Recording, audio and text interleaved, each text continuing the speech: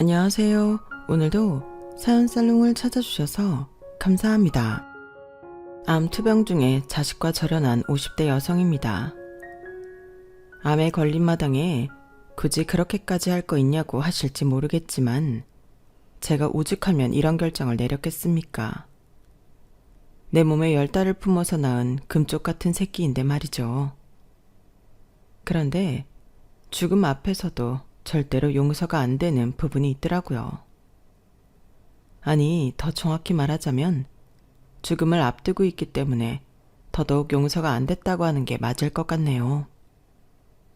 그럼 지금부터 아들 내외와 절연까지 하게 된 제 인생 사연을 전해드리겠습니다.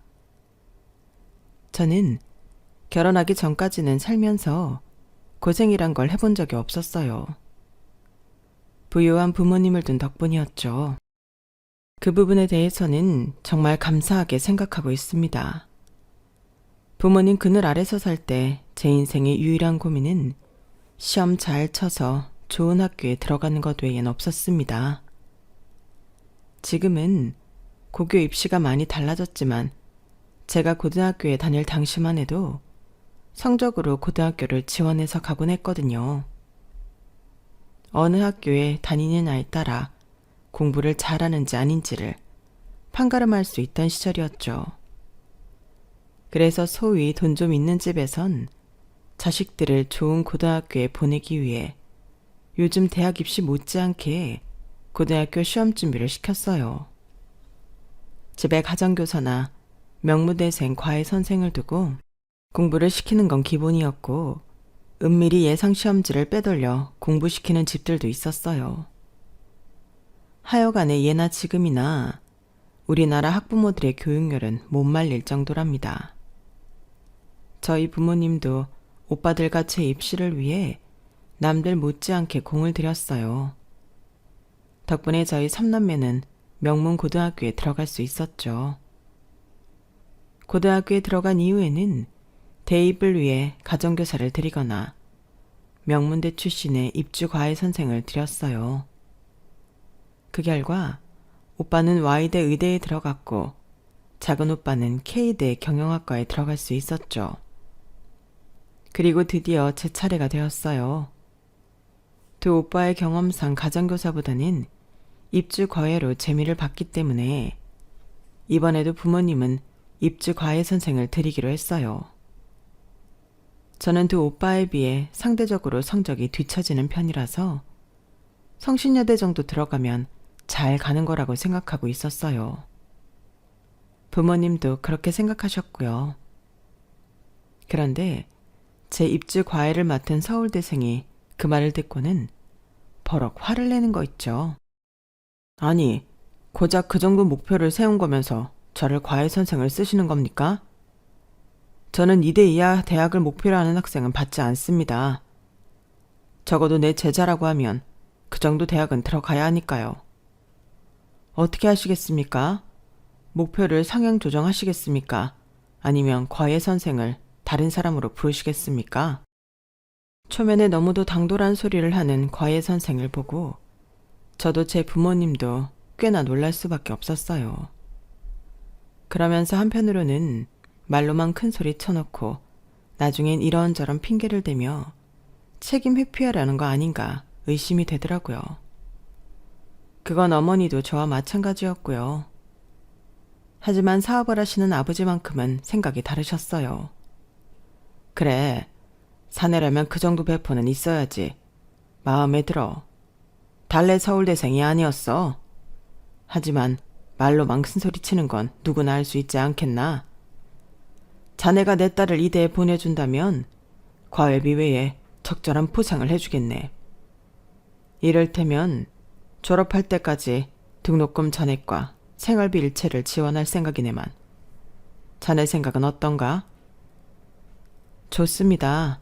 결과로 보여드리겠습니다.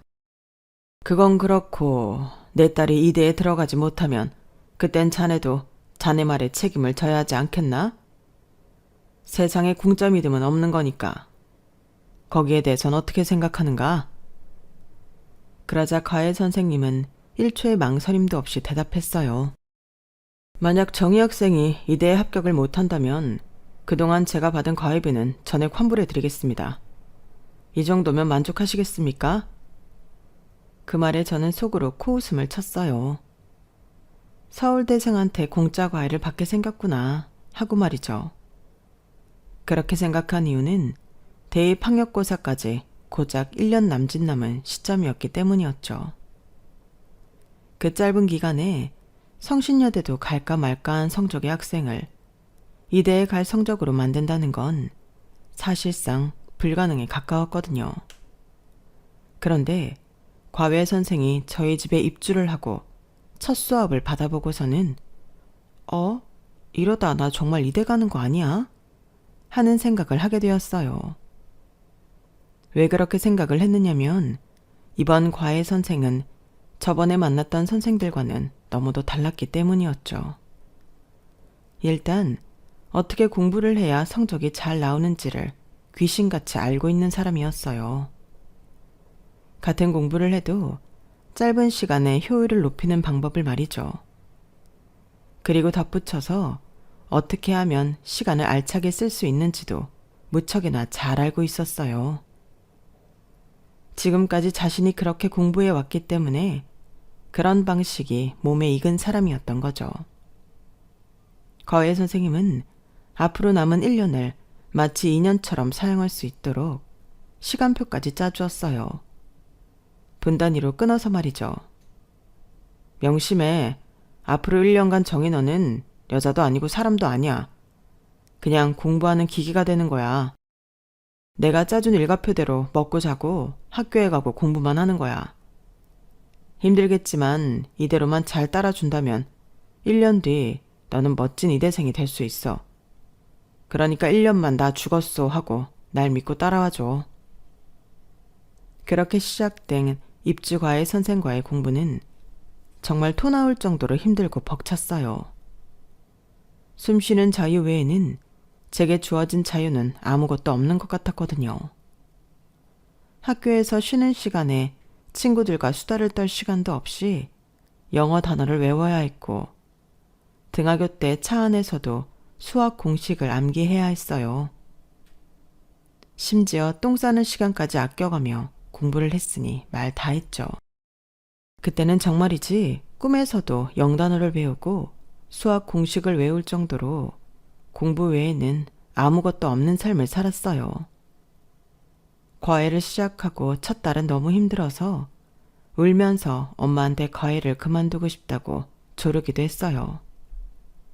그런데 2달, 3달이 지나가니까 어느덧 그렇게 공부하는 게 습관이 돼서 전처럼 힘들지만은 않더라고요. 할만하다는 생각이 들기 시작했거든요. 매일같이 과외 선생님과 공부를 하고 시험을 보는 사이 저도 모르게 선생님에 대한 강한 믿음이 생기기 시작했어요. 나이는 저의 큰 오빠보다 1살이 어렸지만 왠지 진짜 어른처럼 느껴졌거든요. 말투도 그렇고 행동도 그렇고 그렇게 어른스러울 수가 없었어요. 식사 예절도 깍듯해서 저희 부모님도 칭찬하실 정도였죠. 그렇게 1년이란 시간은 지나갔고 드디어 합격자 발표 날이 다가왔어요.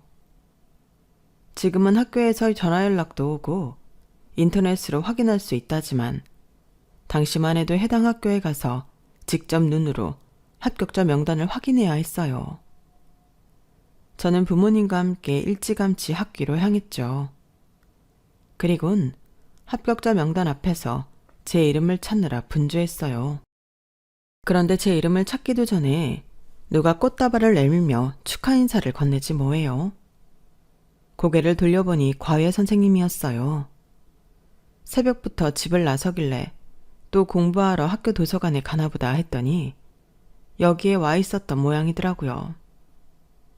정희야, 합격 축하한다. 그동안 정말 고생 많았어. 과외 선생님이 환하게 웃는 모습을 본 건 그날 처음이었어요. 늘 표정도 없이 로봇처럼 딱딱하게 굴길래 이 사람은 인간미가 없는 사람인가 보다 생각했는데 그게 아니더라고요. 뒤늦게 합격자 명단에서 제 이름을 찾은 어머니는 눈물을 글썽이며 저를 끌어안으셨어요. 아휴, 내 새끼 고생했다. 고생했어. 우리 딸이 이대생이 됐구나. 명수 학생, 정말 고마워. 명수 학생이 아니었으면 우리 애가 이 학교에 원서나 써볼 수 있었겠어? 고마워. 정말 고마워. 내가 이 은혜는 절대 안 잊을게. 어머니는 눈물을 글썽이며 과외 선생님한테 몇 번이나 고맙다는 말씀을 하셨어요. 그리고 아버지는 세상을 다 가진 사람처럼 흡족하게 웃으시곤 저를 꼭 안아주셨죠. 잘했다. 우리 딸이 아주 큰일을 해냈어. 그리고 명수 학생, 약속대로 남원학교 등록금은 물론 취업할 때까지 생활비까지 모조리 내가 내줌세. 정말 수고했네. 아버지는 원래 약속 외에도 상당한 금액의 금일봉까지 내주셨어요. 하지만 웬일인지 과외 선생은 그 돈을 받지 않겠다고 하더군요. 생활비 지원도 약속대로 졸업학기까지만 받겠다고 했고요. 아버님께서는 약속하신 부분만 지켜주시면 됩니다. 너무 과한 보상은 제가 불편하거든요. 과외 선생님은 평소 생활에서 보였던 딱 부러지는 성격대로 보상 문제에 있어서도 자신의 뜻을 굽히지 않았어요. 선생님의 이런 행동은 저희 부모님으로 하여금 더 깊은 신뢰감을 얻었고 이후에 벌어질 일에 어느 정도 플러스 요인이 되기도 했어요. 그게 무슨 일이냐면 바로 저와의 교제 문제였죠. 여고생과 과외 선생님이라곤 하지만 사실 나이 차이는 그리 많이 나지 않잖아요. 젊은 남녀가 1년을 한 집에서 살며 매일같이 붙어서 공부를 했는데 정분이 안 나면 그게 더 이상한 거죠. 특히나 공부를 하면서 과외 선생님한테 많이 의지했던 터라 연정으로 이어지는 건 시간 문제였어요. 이 선생님이 아니면 안 된다는 생각은 시간이 흐르면서 이 남자가 아니면 안 되겠다는 생각으로 바뀌었거든요. 그런데 말이죠. 제 과외 선생님이 얼마나 치밀한 사람이었는지 아세요? 이 사람은 처음 저희 집에 면접을 보러 왔을 때부터 이 모든 걸 계획했다더라고요. 제가 대학에 합격하고 며칠 뒤 제게 저희 집을 나가게 된 선생님은 이런 말을 했어요. 다음에 볼 땐 과외 선생과 학생이 아닌 윤정이랑 김명수로 인사하자. 조만간 다시 보자. 그땐 그게 뭐가 다른 건가 의아했는데 대학에 입학하고 4월이 되어서야 그 의미를 알게 되었어요. 선생님이 저희 학교 근처로 찾아왔더라고요. 캠퍼스 안까지는 못 들어오고 교문 앞까지요. 지금은 이대 캠퍼스가 많이 변했지만 당시만 해도 정문 근처에 다리가 있었어요. 그 밑으로 기차가 지나다녔거든요. 어디서 시작된 속설인지는 모르겠지만 그 다리 위에서 침을 뱉어 지나가는 기차 지붕에 떨어뜨리면 사랑이 이루어진다는 얘기가 있었어요. 과외 선생님을 마음에 두고 있던 저는 친구들 몰래 몇 번 침을 뱉어본 적이 있어요. 하지만 사람들 눈을 피해 몰래 저지른 기행이라서 한 번도 기차에 침을 맞춘 적은 없었죠. 그날은 같은 과 동기들과 대강당 계단을 내려오고 있었는데 마침 기차 경적 소리가 들리더라고요. 그때 동기 하나가 제 손을 잡더니 다리 쪽으로 달리기 시작했어요. 정이야, 지금이야. 얼른 침 뱉어봐. 그 말에 당황하기는 했지만 곁에 친구도 있겠다. 왠지 혼자일 때보다 덜 창피할 것 같아서 얼른 침을 뱉었어요. 그랬더니 정확히 기차 지붕 위로 떨어지더라고요. 해냈다는 기쁨에 주먹을 불끈 쥐었더니 친구가 배시시 웃으며 그러는 거예요. 기집애, 이걸 그렇게 하고 싶었던 거야? 응, 금하긴. 며칠 전에 봤어. 너 여기서 몰래 기차에 침 뱉는 거. 넌 똑똑한 애가 그런 헛소문을 믿었니? 그 소문 근처 여고 애들이 지어낸 거야. 그나저나 너 마음에 품고 있는 남자가 누구야? 말해봐. 내가 맞춰볼까? 키는 170대 중반 정도고 피부가 하얗고 검은 뿔테 안경 쓰고 있지? 순간 저는 뒷머리가 쭉 펴 서는 기분이 들었어요. 친구가 말한 인상은 바로 제 과외 선생님 모습이었거든요. 더 말해볼까? 인상은 차가운데 왠지 믿음직스러운 면모가 있는 남자지. 야, 너 그거 어떻게 알아? 너 혹시 신기 있니? 뭐? 신기? 나 모태신앙이야. 어디서 그런 망발을. 나한테 남다른 점이 있다면 시력이 좋고 눈치가 빠르다는 점이랄까? 저기 교문 밖에서 아까부터 널 뚫어지게 바라보고 있는 남자. 네가 좋아하는 그 남자 맞지? 친구 말에 따라 교문 쪽으로 고개를 돌려보니 그곳에 과외 선생님이 서 있었어요. 너무 반가운 얼굴이라서 나도 모르게 얼굴에 화끈 열이 올랐어요. 그러자 친구가 제 등을 떠밀며 어서 가보라고 하더군요. 그래서 홀린 듯이 교문가로 갔더니 선생님이 입가에 미소를 띠며 제 이름을 불렀어요. 윤정이, 오랜만이야. 너무 반가운 마음에 순간 나도 모르게 달려들어 선생님을 와라 끌어안았어요. 그러자 주변 사람들이 다들 쳐다보더군요. 그런데도 선생님은 저를 밀어내지 않은 채 가만히 저를 안아주셨어요. 100마디 말보다 이 한 번의 포옹이 우리 두 사람의 마음을 서로에게 전해주는 것 같더군요. 교문을 지키던 수희 아저씨가 나와 학교 앞에서 이게 무슨 추태냐고 화를 내시는 바람에 그제야 우리 두 사람은 끌어안고 있던 손을 놓았어요. 그리곤 영화 졸업의 엔딩 장면처럼 손을 잡고 신촌 기차역 쪽으로 달려 내려갔죠. 그날 우리는 하루 종일 손을 잡고 걸어 다녔어요. 이 손을 놓으면 이 사람을 영영 놓칠 것 같은 두려움에 손이 땀이 차는데도 놓을 생각을 하지 않았죠. 그렇게 우리는 누구 하나 사귀자는 말을 안 했음에도 연애를 시작하게 되었어요. 부모님과 오빠들한테 들키지 않으려고 조심하면서 만났지만 비밀은 그리 오래 가지 않았어요. 정확히는 제 입으로 교제 사실을 털어놓게 된 거죠. 어머니가 자꾸 손자리를 잡아오시잖아요. 싫다고 몇 번이나 거절을 했는데도 막무가내로 말이에요. 누가 당장 결혼하라니? 너희 학교는 재학 중에 결혼 안 되는 거 다 아는데 일단 선만 보라는 거야. 남자를 만나봐야 남자 보는 눈도 기르지. 글쎄, 난 그런 거 필요 없다고. 내 결혼 상대는 내가 알아서 고를 거야. 네가 뭘 알아서 남자를 골라? 남자 한번 만나본 적도 없는 쑥맥이. 그리고 네가 골라 데려온 남자를 나나 네 아버지가 허락할 것 같니? 머리도 없어 얘. 네가 데려오는 남자라고 해봐야 뻔하지. 얼굴만 반반해선 학벌도 직업도 변변찮은 놈일 텐데. 아니야. 서울대 다니는 멀쩡한 사람이라고. 엄마도 우리 선생님 정도면 훌륭한 신랑감이라고 했잖아. 아뿔싸. 말을 채 다 뱉기도 전에 저는 제 입을 꿰매버리고 싶어졌어요. 하지만 이미 늦어버렸죠. 이미 어머니께서 다 들어버리셨으니까요. 그날 밤 엄마는 머리를 싸매고 자리에 누우셨고 퇴근 후 집으로 돌아오신 아버지는 어머니를 통해 제가 선생님과 만나고 있다는 얘기를 들으셨어요.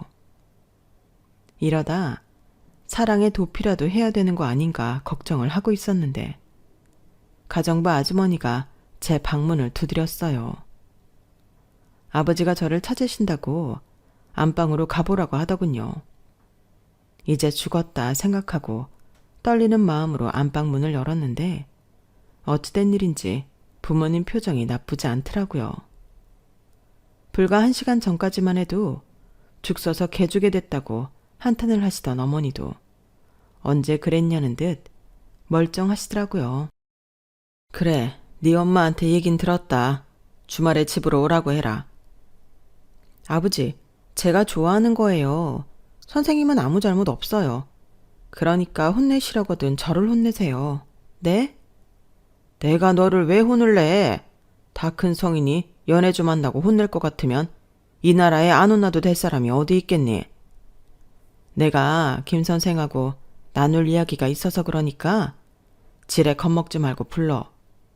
네 아버지 그리 속 좁은 사람 아니다. 아버지를 못 믿는 건 아니었지만 그래도 걱정은 됐어요. 그런데 이런 걱정이 무색하게도 분위기는 상당히 좋았어요. 아버지는 진작부터 가해 선생님을 사익감으로 생각하고 있었더라고요. 단지 가장 형편이 어려울 뿐 능력도 있고 배짱도 있어서 마음에 드신다고 했어요.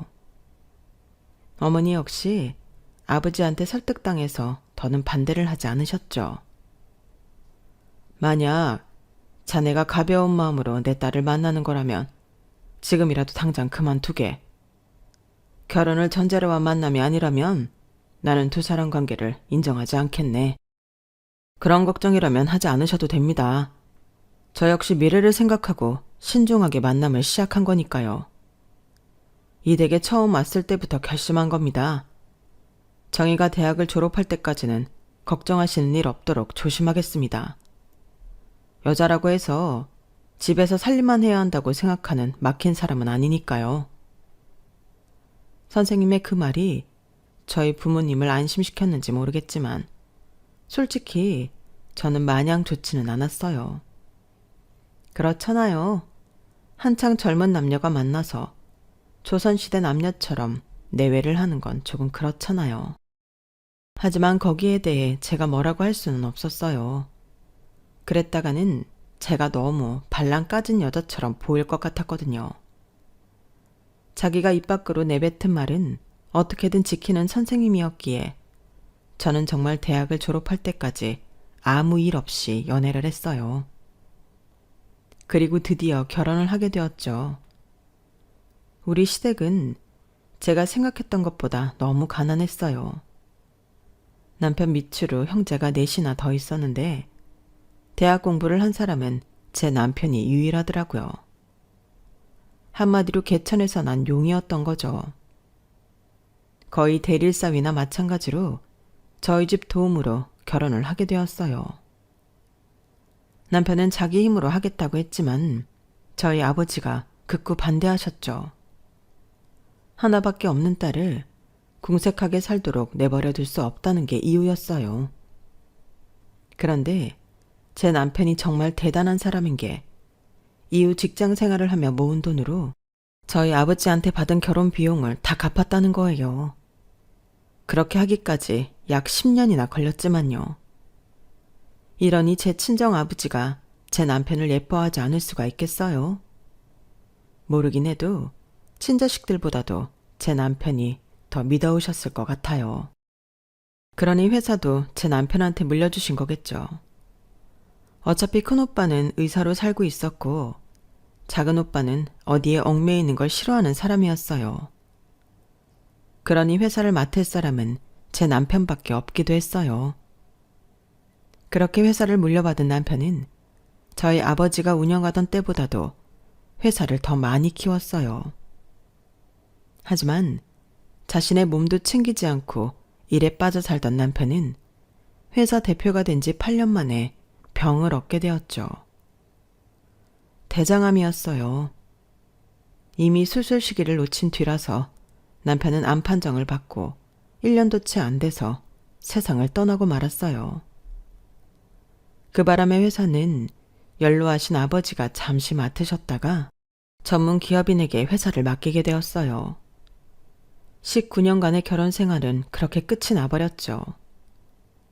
늘 일에 치여 살던 남편은 결혼 20주년이 되면 함께 유럽 여행을 떠나자고 했었지만 그 약속은 끝내 지키지 못했어요. 제 남편이 제게 했던 약속 중 유일하게 지키지 못한 거였어요. 이듬해 남편의 첫 기일날 저는 남편이 아끼던 오래된 만년필을 가지고 혼자서 유럽 여행을 떠났어요. 그 만년필은 남편이 회사에 취직했을 때 제가 선물로 사준 거였어요. 중요한 서류는 모두 그 만년필로 사인을 하곤 했었죠. 그럴 일 없지만 남편의 만년필을 손에 쥘 때마다 남편의 온기가 느껴지는 것 같았어요. 그래서 혼자 여행하는 내내 곁에 남편이 있는 것만 같더라고요. 그래도 저도 모르게 관심이 됐었나 봐요. 유럽은 우리나라와 달리 치안이 안 좋다는 걸 깜빡해버린 거죠. 사진을 찍느라 정신이 팔려서 벤치에 내려놓은 손가방이 사라진 걸 뒤늦게 알게 되었어요. 사실 그 안에는 휴지와 잔돈이 들어있는 똑딱이 지갑뿐이어서 그리 큰 피해는 아니었지만 딱 하나 중요한 게 들어있었어요. 바로 남편의 만년필이었죠. 다른 건 몰라도 그 연필만큼은 찾고 싶었어요.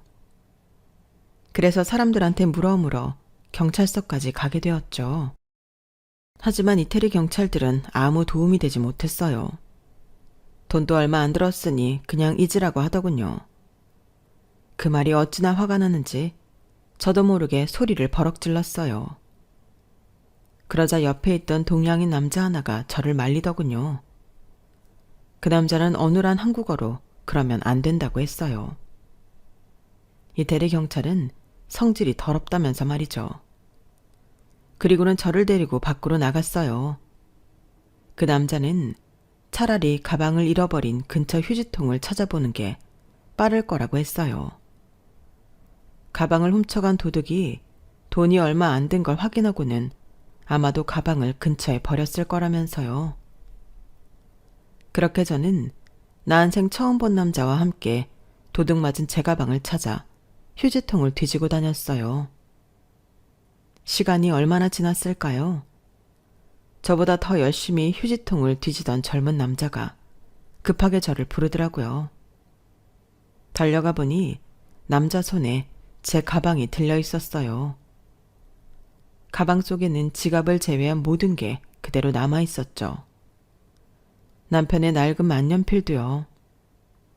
만년필을 손에 쥐고 펑펑 울었더니 남자가 등으로 저를 가려주더라고요. 낯선 남자의 등 뒤에서 한참을 울고 난 저는 기분이 한결 나아졌어요. 그래서 남자에게 한턱 쏘겠다며 근처 멋진 레스토랑으로 가자고 했죠. 그러자 남자는 의아한 표정으로 저를 보며 그러더군요. 지갑을 잃어버렸다는 걸 깜빡하신 것 같아요. 배가 고프시면 밥은 제가 사드릴게요. 비싼 건 못 사드리겠지만요. 그 말에 저는 웃옷을 살짝 들어 보였어요. 제 배에 단단히 묶여있는 복대를 보여주었죠. 한국 아줌마를 어떻게 보고 그런 소리를 해요?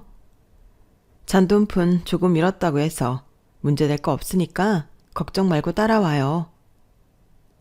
그렇게 우리 두 사람은 멋진 레스토랑에 가서 칼질을 했습니다. 비록 가격은 비싸지만 확실히 이태리 음식이 맛있긴 하더라고요. 나를 위해 몇 시간 동안 쓰레기통을 뒤져둔 남자한테 맛있는 한 끼를 대접할 수 있어서 다행이다 싶었어요. 식사를 하는 동안 남자와 대화를 해보니 이 사람은 부모에게 버림받고 해외로 입양된 한국 입양아였더라고요. 그래도 기특한 게 자기 뿌리를 찾고 싶다는 생각에 한국어를 열심히 독학했다고 하더군요. 조만간 한국에 가서 친부모를 찾아볼 거라고 했어요. 그럼 그때는 내가 같이 찾아줘야겠네요. 오늘 받은 돈은 내가 꼭 옆에 이자를 쳐서 갚을게요. 그러니까 한국에 오거든 꼭 연락해요. 우리는 서로 연락처를 주고받고 헤어졌어요. 얼마 뒤 다시 만나게 될 거라는 사실은 모른 채로요. 혼자 유럽 여행을 마치고 집으로 돌아온 저는 그제야 조금은 남편에 대한 그리움을 벗어 던질 수가 있었어요. 내게는 앞으로 혼자 키워야 할 고등학생 아들이 있었기에 이대로 주저앉을 수는 없다고 생각했거든요. 사실 제가 밖에서 일을 하지 않아도 먹고 살 돈은 충분했어요. 남편이 열심히 벌어놓은 돈도 있었고 친정 아버지가 증여해 주신 건물과 상가도 있었으니까요. 하지만 그렇다고 해서 평생 놀고 먹고 싶지는 않았어요. 그건 내 자식한테도 떳떳하지 못한 모습일 테니까요. 그래서 뭐를 할까 고민을 하다가 멋진 카페를 차리기로 했어요. 프랑스 여행을 할 때 자주 갔던 노상 카페 분위기를 그대로 살리고 싶었죠. 다행히도 여성들 사이에서 브런치가 유행을 하던 때여서 카페는 오픈을 하고 얼마 안 돼 정상 궤도에 오를 수 있었어요. 저희 가게에서 일하던 바리스타가 실력이 좋았던 이유도 있지만 카페 성공의 가장 큰 이유는 바로 주방장이었어요. 일전에 이태리에서 제 가방을 함께 찾아주었던 그 청년이 저희 카페 주방장이었거든요. 이태리에서 요리 공부를 하던 남자는 제가 카페를 차리는데 주방장이 필요하다는 말을 듣고는 한국으로 달려와 줬어요. 한국에서 일을 하면서 친부모를 찾으려고 했던 거죠. 한국에 가면 금방 친부모를 찾을 수 있을 것만 같았겠지만 실상은 그렇게 쉽지만은 않았어요. 입양을 담당했던 홀트 복지관을 찾아갔지만 친부모를 찾을 수는 없었어요. 그렇다고 손을 놓고 있을 수는 없어서 업체를 통해 남자의 부모를 찾아 나섰죠. 몇 개월간의 기다림 끝에 남자의 친모를 찾을 수 있었어요. 하지만 이미 가정을 그리고 산지 오래된 남자의 어머님은 자신의 아들을 만나는 것조차 거부하더군요. 자신의 과거를 모르는 남편과 가족들한테 오래전에 버린 아들의 존재를 들키고 싶지 않았던 거죠. 너무나 이기적인 모습에 제가 더 화가 났어요. 그런데 오히려 남자는 자신의 어머니를 이해한다고 하더군요. 저는 양부모님을 통해 충분히 사랑을 받고 자랐어요. 제가 친부모님을 찾으려고 했던 건 이제 와서 함께 살려고 했던 건 아니에요. 원망을 하려고 했던 건 더더욱 아니고요.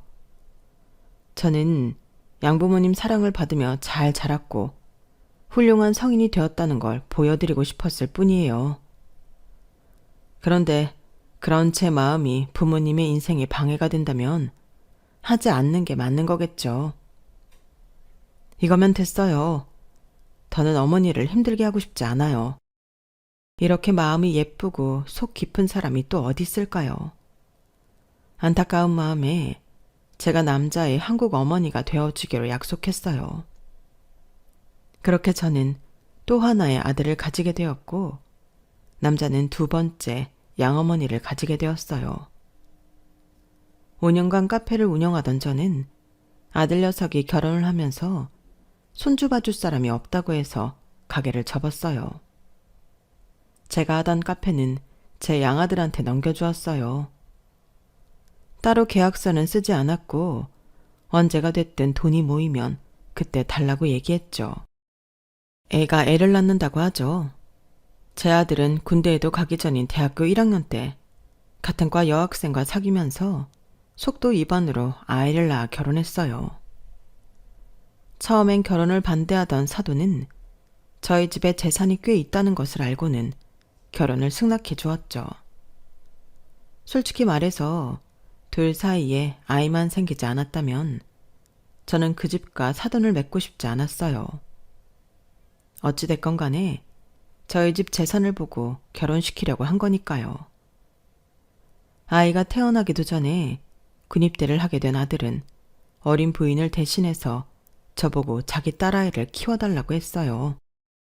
친할머니가 돼서는 그 정도는 해줄 수 있는 거 아니야? 어차피 엄마는 딱히 할 일도 없잖아. 카페 일이야 직원들이 하면 되는 거고. 아니, 너희 장모님도 있는데 내가 꼭 너희 아이를 키워야 하니? 나는 엄연히 일이 있는 사람이고 너희 장모 집에서 놀고 있다며. 엄마, 우리 장모님 봤지? 할 줄 아는 거라고. 친구들과 술 먹고 화투 치는 거밖에 없는 사람이잖아. 오죽하면 장인어른이 더는 못 살겠다고 이혼을 했겠어? 그런 사람한테 어떻게 내 자식을 맡겨? 엄마는 할머니가 돼서는 손녀딸이 불쌍하지도 않아. 내가 부탁 좀 할게. 엄마가 우리 애 안 봐주면 나 타령할지도 몰라. 그래도 되겠어? 부탁이 아닌 협박에 가까운 아들 녀석의 말에 하는 수 없이 저는 손녀딸을 맡아 키우게 되었어요. 며느리는 대학에 복학해서 강의를 들어야 하기 때문에 아침부터 저녁까지 거의 제 손에 손녀딸을 키우게 됐죠. 처음엔 제게 고마워하더니 시간이 지나자 슬금슬금 제 눈치를 보며 꾀를 부리기 시작했어요. 말로는 스터디에 참여해야 해서 시간이 안 난다고 했지만 실상은 친구들과 어울려 술도 마시고 나이트에 춤을 추러 다니느라 매번 늦게서야 집에 돌아오더라고요. 그걸 알면서도 뭐라고 할 수가 없었어요. 한참 놀고 싶은 나이라는 걸 저도 아니까요. 제 아들 녀석은 군에 가 있는데 혼자 독박 육아를 하는 것도 불공평하다 싶었고요. 내 아들의 허물이 있으니 제가 대신 손녀딸을 키울 수밖에 없다고 생각했어요. 그때는 아들 녀석이 제대하면 다시 예전처럼 돌아갈 수 있을 거라고 생각했어요. 하지만 이건 어디까지나 내 착각이었더라고요. 아들 녀석은 제대한 이후에도 자기 딸아이를 제게 맡겼어요. 엄마, 나 이제 복학했어. 명생이 한 집안의 가장이 됐는데 학점이라도 잘 받아야 제대로 된 직장에 취직할 거 아니야. 혜린이도 지 공부하느라 바빠서 애 보기도 힘들고 말이야. 그러니 어쩌겠어. 손녀딸은 엄마가 봐줘야지. 엄마 카페도 접었다며. 이 아들을 봐서라도 엄마가 몇 년만 고생해줘. 차라리 말이나 못하면 다행이죠. 이 녀석이 누굴 닮아서 이렇게 입만 살았는지 누굴 탓하겠어요. 제 잘못이죠.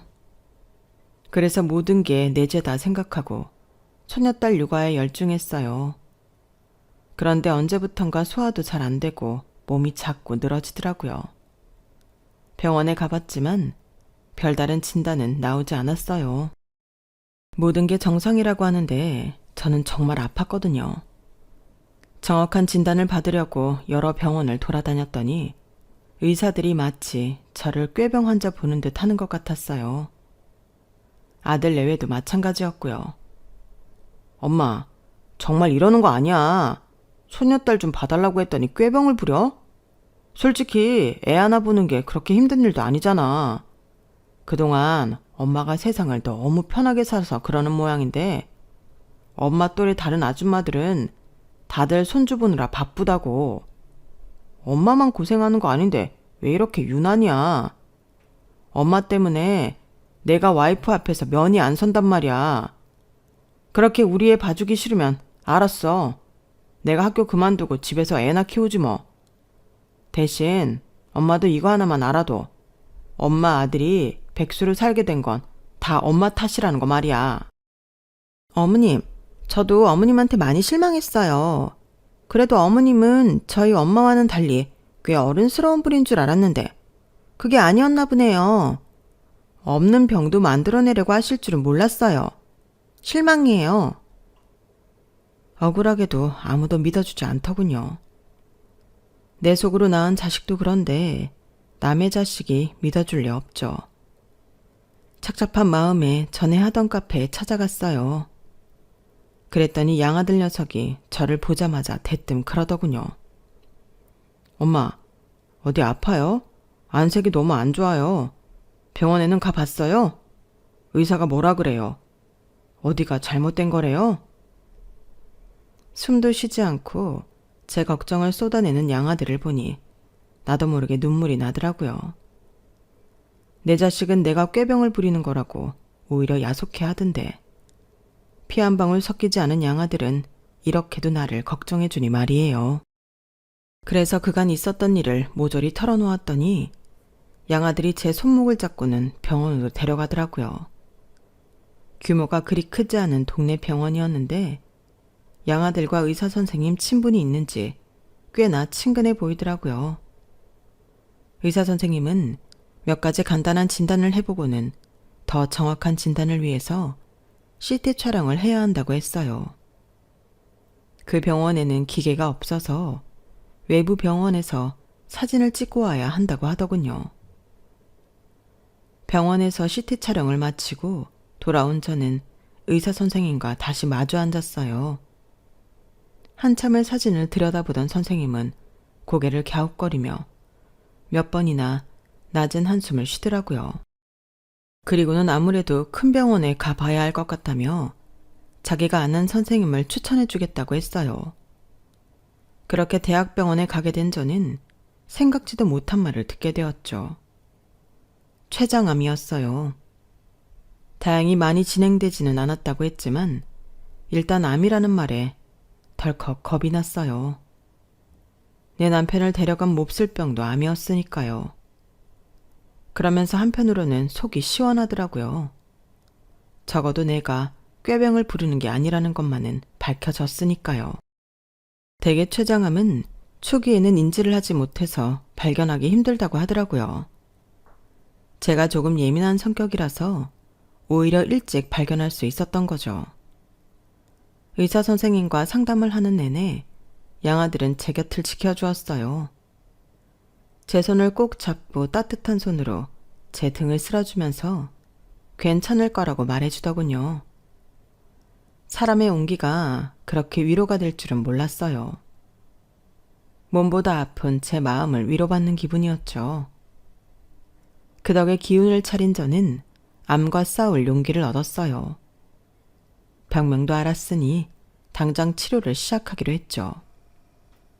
수술이 아닌 약물 치료를 할 수 있어서 다행이다 싶더군요.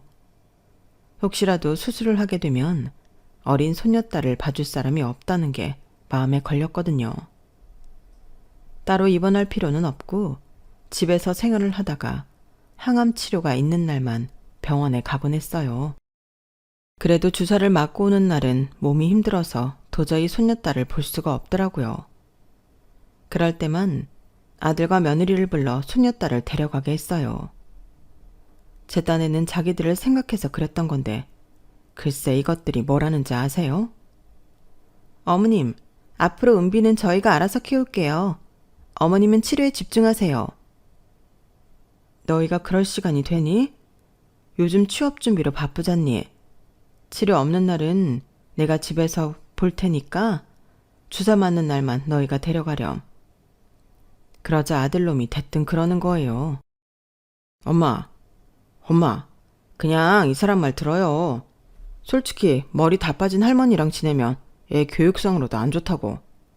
아픈 사람이랑 있으면 우리 애가 기빨릴 거 아냐. 엄마는 왜 그렇게 엄마밖에 몰라? 그러자 며느리가 자기 남편을 다그치며 그러는 거예요. 자기야, 대놓고 그렇게 말하면 어떡해. 딱히 틀린 말은 아니지만 그래도 어머님이 기분 나빠하실 거 아냐. 그쵸 어머님? 때리는 시어머니보다 말리는 시누이가 더 밉다고. 내 아들 녀석도 그렇지만 며느리도 참 꼴보기 싫더라고요. 암에 걸린 엄마 걱정은 못할 망정 지자체 교육이 안 좋을 걸 걱정하는 아들이라니. 이런 걸 자식이라고 낳고 내가 미역국을 먹었구나 생각하니 한숨이 절로 나왔어요. 피 한 방울 안 섞인 양아들은 내 안색이 변한 걸 보고 병원까지 끌고 가 어떻게든 살려보겠다고 난린데 어떻게 내 아들놈이 이럴 수가 있는 건지 서운하다 못해 화가 나더라고요. 자기들 필요할 때만 벽장 속에 숨겨둔 곶감 빼먹듯 하는 이것들을 도저히 용서할 수가 없었어요. 그래서 아들 내외가 가장 두려워할 말을 무기삼아 휘둘렀죠. 그래, 너희들이 그렇게 생각한다니 어쩔 수 없구나. 오늘부터 내 자식은 너희들이 데려다 키워라. 네 말대로 암에 걸려서 머리가 다 빠진 엄마가 소녀딸 봐주겠다고 발발거릴 필요는 없겠다. 그리고 기왕 이렇게 된 거 확실하게 해두자. 내가 언제 죽을지는 모르겠지만 나 죽거든 전 재산은 사회에 환원할 생각이다. 병든 지 부모도 모른 척하는 자식한테 유산 남겨줘 봤자 교육상 좋을 게 하나도 없잖니? 부모에 대한 고마움도 모르는 것들한테는 단 한 푼도 남겨주고 싶은 생각이 없구나. 내 할 말은 끝났으니 그만들 돌아가 봐. 그러자 아들 녀석과 며느리가 금세 태도를 바꾸며 저를 붙잡았어요. 엄마, 왜 이래? 내가 농담 좀 해본 거야. 아무렴 자식이 병든 엄마를 모른 척 하겠어? 그래요, 어머님. 어머님한테 자식이라고는 이밖에 없는데, 어머님은 저희가 챙겨야죠. 그리고 어머님이 배 아파 낳은 자식이 있는데, 그 돈을 왜 얼굴도 모르는 사람한테 남겨줘요? 어머님이 많이 서운하셨던 모양인데, 기분 푸시고 저희랑 오래오래 사세요. 자기야, 뭐해? 어머님한테 사과 안 하고. 그러자 아들 녀석은 징그럽게 저를 끌어안으며 아양을 떨기 시작했어요. 예전 같으면 아들의 이런 행동이 화가 사르르 녹았겠지만 이번엔 어림도 없었죠. 오히려 더 화가 나더라고요. 이것들이 지금 나를 놀리나 싶은 게 꼴도 보기 싫었어요. 됐어, 그만해. 너희들 속은 내가 잘 알았으니까 마음에도 없는 짓 할 필요 없어. 암 걸린 엄마는 뒷전이더니 이 엄마 돈에는 관심이 있나 보지? 그런데 어쩌니? 난 너처럼 이기적인 아들놈한테는 유산을 한 푼도 남겨주고 싶지 않은걸. 차라리 부모 얼굴도 모르고 자란 불쌍한 아이들을 위해서 내 전 재산을 쓰는 게 낫겠다 싶다. 그동안 너희들이 부모한테 받은 걸 당연하게 생각해서는 안 돼. 세상엔 너희들이 당연하게 생각하는 그 사랑을 못 받고 자라는 아이들도 있거든. 감사한 줄 모르는 인간한테는 더 이상의 호의는 없으니까 그렇게 알고 돌아가. 저는 아들 내외를 내쫓고 현관문을 걸어 잠갔어요. 당연히 자기들 몫이 될 줄 알았던 유산이 날아갈 위기에 처하자 아들과 며느리는 길을 쓰고 책이 매달리더군요. 다음 날에도 그 다음 날에도 저희 집에 찾아와 초인종을 누르고 전화를 해댔어요. 그래도 통하지 않자 어떻게든 자기들의 몫의 유산을 찾아가겠다고 엄포를 놓더라고요. 그럴 테면 그러라고 했어요. 죽기 전에 10원 한 장 안 남기고 죄다 사회에 환원할 테니 어디 한번 뺏어가 보라고 말이죠. 그렇게 아들 내외와 연을 끊은 지 벌써 8년이 지났습니다. 그동안 저는 양아들의 도움을 받아 식이요법도 하고 병원 치료도 받으면서 암과 싸워 이겨냈어요. 나에게 진정한 사람은 내가 힘들 때 곁을 지켜주는 사람이라고 하죠. 제게 있어 그런 사람은 친아들이 아닌 양아들이었어요. 4년 전 결혼해서 가정을 이룬 양아들은 이듬해 아들을 낳았어요. 당시 저는 항암 치료를 받고 있어서 양아들의 아기를 안기가 겁이 났어요. 혹여 나 때문에 아이한테 안 좋은 병균이라도 옮기면 어쩌나 걱정이 됐거든요.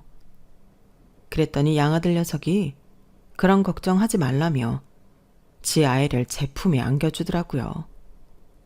작고 따뜻한 생명체를 가슴에 안으니 마치 우주가 내 품 안으로 들어온 것 같은 기분이 들었어요. 성스러운 기분이라고 해야 할까요? 내 눈에선 나도 모르게 뜨거운 눈물이 흘렀지만 이상하게도 너무 행복해서 웃음이 났어요. 우는 건지 웃는 건지 모를 제 표정에 양아들과 양며느리는 깔깔대며 웃더군요. 그리고 얼마 뒤 저는 완치 판정을 받았어요. 제 몸에서 암세포가 온전히 사라진 그날, 저는 제가 가지고 있는 재산 중 절반을 사회에 환원했어요. 제 양아들과 비슷한 처지인 아이들에게 조금이나마 도움이 되기를 바라는 마음이 있었거든요. 물론 제 아들은 이런 사실을 꿈에도 모르고 있어요. 제가 아들에게 알리지 않은 채 이런 일을 벌인 데에는 그럴 만한 이유가 있어요. 제가 일찌감치 내 재산을 사회에 환원하겠다고 밝혔음에도 불구하고 아들 내외는 여전히 자기 딸아이를 앞세워 어떻게든 재산을 뜯어가려고 애를 쓰고 있거든요. 지금 당장은 아니어도 엄마가 죽으면 그 재산은 모조리 자기 차지가 될 거라고 믿고 있는 모양이더라고요.